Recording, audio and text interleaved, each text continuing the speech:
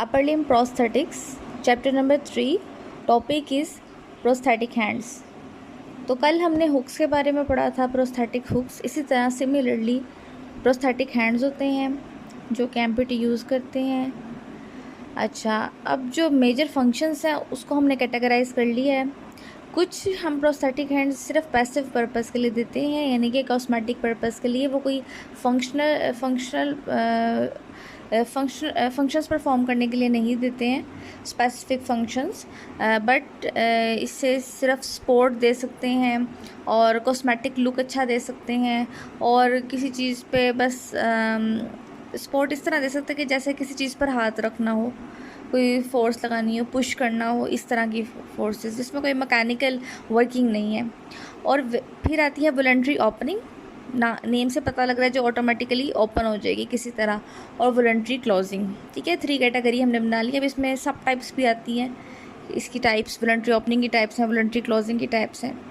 अब जिन prosthetic hands में हमने फंक्शन करवाना है वो सारी जो है बॉडी पावर्ड ही होंगी, और बॉडी उसको कंट्रोल कर रहा है किसकी हेल्प से? केबल की हेल्प से। केबल लगी हुई है और जो स्ट्रैपिंग है शोल्डर के अक्रॉस या आर्म के अक्रॉस, उसके साथ केबल लगाई हुई है हार्नेस के साथ, और वो केबल कंट्रोल कर रही है फिंगर और थंब की एक्टिवेशन, उसका खोलना, उसका बंद करना, ग्रैस्प करना, और उसके ऊपर फिर कॉस्मेटिक ग्लव्स चढ़ाए गए हैं।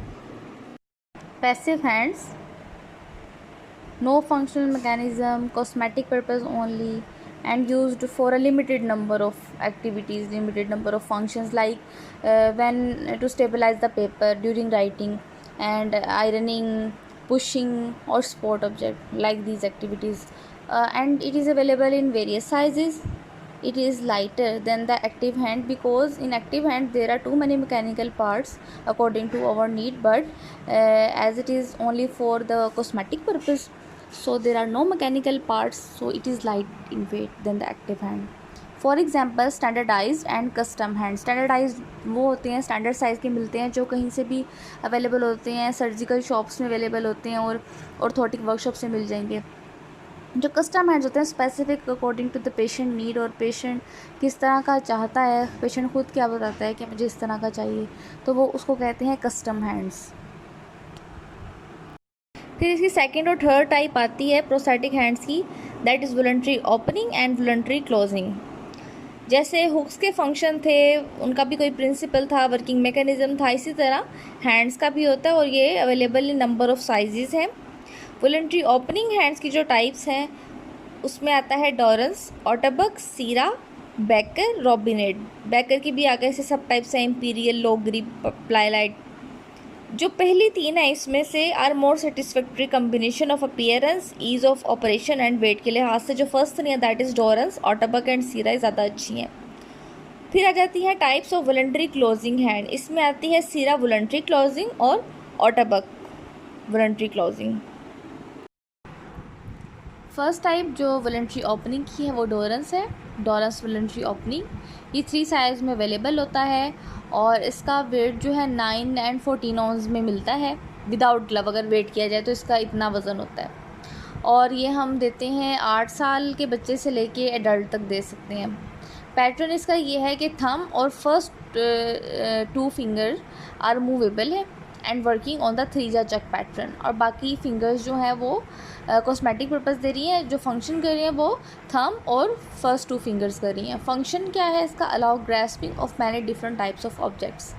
उसके बाद है ऑटरबर्ग वॉलंटरी ओपनिंग। ये भी 3 साइजेस में अवेलेबल है। इसका वेट डॉरेंस से कम होता है, यानी कि 9 to 14 और उससे कम होगा, और एज लिमिट रखी हुई है इसके लिए 8 years टू एडल्ट ही है।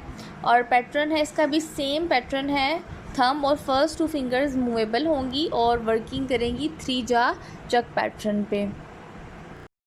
उसके बाद आती है सीरा वॉलंटरी ओपनिंग। ये एक ही साइज़ में अवेलेबल होता है और दैट इज़ एडल्ट साइज़, और इसका वेट होता है 12 volts। और इसमें फ़ीचर क्या है? 2 position stationary thumb and 2 movable digits, back lock feature enable to hold heavy objects. क्योंकि ये हैवी ऑब्जेक्ट्स के लिए दिया है इसीलिए इसको एडल्ट साइज़ में बनाया, क्योंकि बच्चों का तो काम नहीं है हैवी ऑब्जेक्ट्स को उठाना, इसलिए इसमें जो है थंब को स्टेशनरी रखा है ताकि सिर्फ फिंगर्स को ही फोर्स लगानी पड़े, क्योंकि हैवी ऑब्जेक्ट अगर थंब भी हिल गया आगे पीछे तो प्रॉब्लम होगी। इसलिए एक या तो फिंगर या तो थंब को स्टेशनरी होना पड़ेगा। तो थंब को स्टेशनरी रखा है, बाकी जो टू मूवेबल फिंगर्स है वो वर्किंग कर रही हैं हैवी ऑब्जेक्ट्स को लोड करने के लिए। उसके बाद आती है बैकर। बैकर की आगे से 3 टाइप्स थी। फर्स्ट टाइप जो है वो इम्पीरियल होती है, ये स्ट्रॉन्ग है, हैवी होता है और कॉस्मेटिकली इतना अच्छा नहीं है और इसको फोर्स भी ज़्यादा लगानी पड़ती है।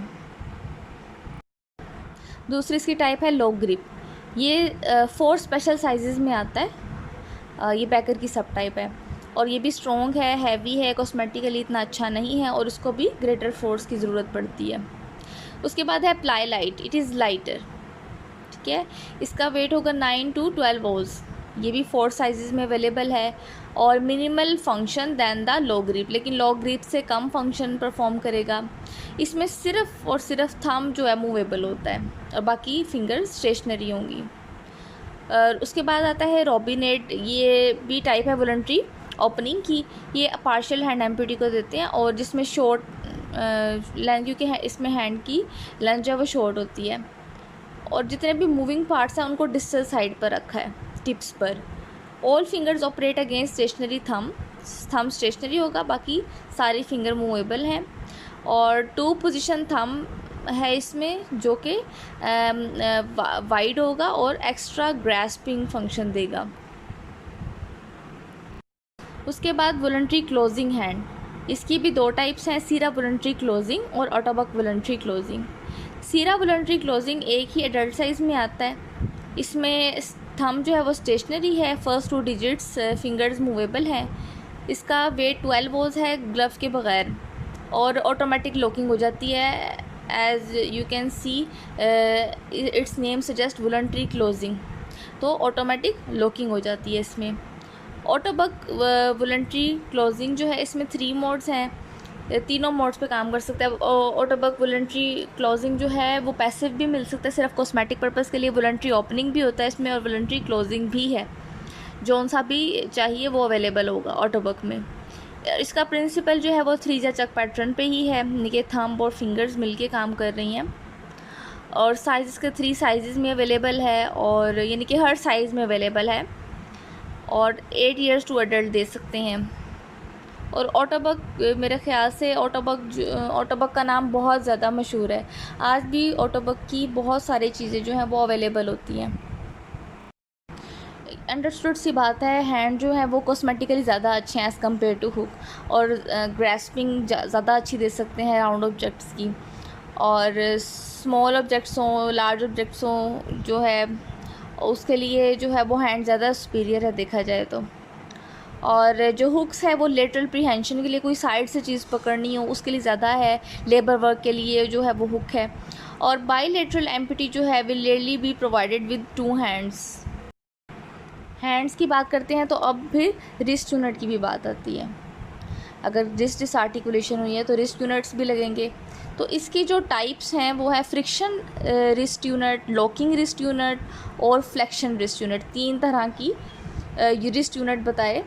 इसकी भी आगे से सब टाइप्स हैं। फ्रिक्शन रिस्ट यूनिट की वॉशर और bushing type, locking wrist unit की button type, ring type, flexion wrist unit की add on and combination type. इसको आगे डिस्कस करेंगे। और जितने भी ये रिस्ट यूनिट्स लगाए हैं, जितने भी रिस्ट यूनिट्स अवेलेबल हैं, हमारा गोल, हमारा मेन फंक्शन क्या है? रोटेशन करवाना, प्रोनेशन सुपिनेशन प्रोवाइड करना और टर्मिनल डिवाइस जो हमने हैंड्स और हुक पढ़े हैं, हैंड्स और हुक जो इस रिस्ट यूनिट के साथ अटैच हैं उनको इंटरचेंजेबल बनाना कि जब दिल किया कोई टर्मिनल डिवाइस लगा लिया, जब दिल किया कोई टर्मिनल डिवाइस, कभी हुक्स लगा लिए, कभी हैंड्स लगा लिए, कभी किसी और टाइप का हैंड लगा लिया, कभी किसी और का। हमने सारी टाइप्स ही पढ़ ली हैं और हुक्स की भी टाइप्स पढ़ ली हैं। तो जिस किस्म का भी, जिस टाइप का हमें जिस टाइम अवेलेबल, जिस टाइम का चाहिए वो हम लगा सके, तो इंटरचेंजेबल हो, ये अलाउ करना चाहिए। फ्रिक्शन रिस्ट यूनिट जो कि फर्स्ट टाइप है फ्रिक्शन रिस्ट यूनिट की, ये अलाउ करेगी प्रोनेशन सुपिनेशन। पहला गोल हमारा पूरा कर दिया इसने कि हुक्स एंड हैंड जो भी लगाएंगे उसकी प्रोनेशन सुपिनेशन करवाएगी जो उसके साथ अटैच है। उसके बाद टाइप्स की हैं फ्रिक्शन रिस्ट यूनिट की, वॉशर टाइप और बुशिंग टाइप। जो वॉशर टाइप है इसमें रबड़ का वॉशर लगा हुआ है, रबड़ वॉशर लगा हुआ है जो कि कंप्रेस्ड है और इसलिए इसको जो है वॉशर टाइप कह रहे हैं, और इस रबर वॉशर की मदद से ही फ्रिक्शन मिलती है। तो ये 4 शेप्स में अवेलेबल है, 2 ओवल हैं और 2 जो हैं वो थिन वेरिएंट है फॉर रिस्ट डिसआर्टिकुलेशन एम्पुटी। फिर सेकंड टाइप आती है रिस्ट यूनिट की, that is locking wrist unit. अच्छा, ये क्या अलाउ करेगा, ये रोटेशन के साथ साथ लॉक करेगा टर्मिनल डिवाइस को जिस डिज़ायर्ड पोजीशन में हम चाहते हैं। टर्मिनल डिवाइस हुक है, हैंड है, जिसमें भी हम पोजीशन में चाहते हैं इस जगह रुक जाए तो रुक जाएगी, लॉक हो जाएगी, तो इसलिए ये लॉकिंग रिस्ट है। कमर्शियली अवेलेबल है, इसमें 2 लॉकिंग रिस्ट यूनिट डिवाइड किया गया है। इसके मेथड ऑफ कंट्रोल की वजह से ना इसकी सब टाइप बना दी है लॉकिंग रिस्ट यूनिट की। एक बटन टाइप है और एक रिंग टाइप है, यानी कि एक में बटन लगा हुआ है और एक में रिंग लगा हुआ है। तो बटन चलाने का तरीका क्या, और रिंग को कैसे यूज़ करना है। बटन टाइप जो है इसमें जो है वो प्रेशर के अकॉर्डिंग है कि हम थोड़ा प्रेशर लगाएंगे, नॉर्मल प्रेशर लगाएंगे, दरमियाना प्रेशर लगाएंगे या फिर फर्म प्रेशर लगाएंगे, बहुत ज़्यादा प्रेशर लगाएंगे। तो ये 3 हो गई इसकी कैटेगरी बटन टाइप की। जब हम नॉर्मल बहुत लाइट प्रेशर लगाएंगे तो जो रिस्ट है ना वो अनलॉक हो जाएगी, ताकि अब टर्मिनल डिवाइस जो है वो अपनी रोटेशन कर सके जिस तरह भी चाहिए। टर्मिनल हुक और हैंड को जिस तरह भी रोटेट करना है वो कर सकते हैं आप लाइट प्रेशर की मदद से। जब वो दरमियाना प्रेशर लगाएगी बटन पे, तो इसमें क्या होगा, जो रिस्ट है वो लॉक हो जाएगी डिज़ायर्ड पोजीशन में, जहाँ पे भी लॉक करना है।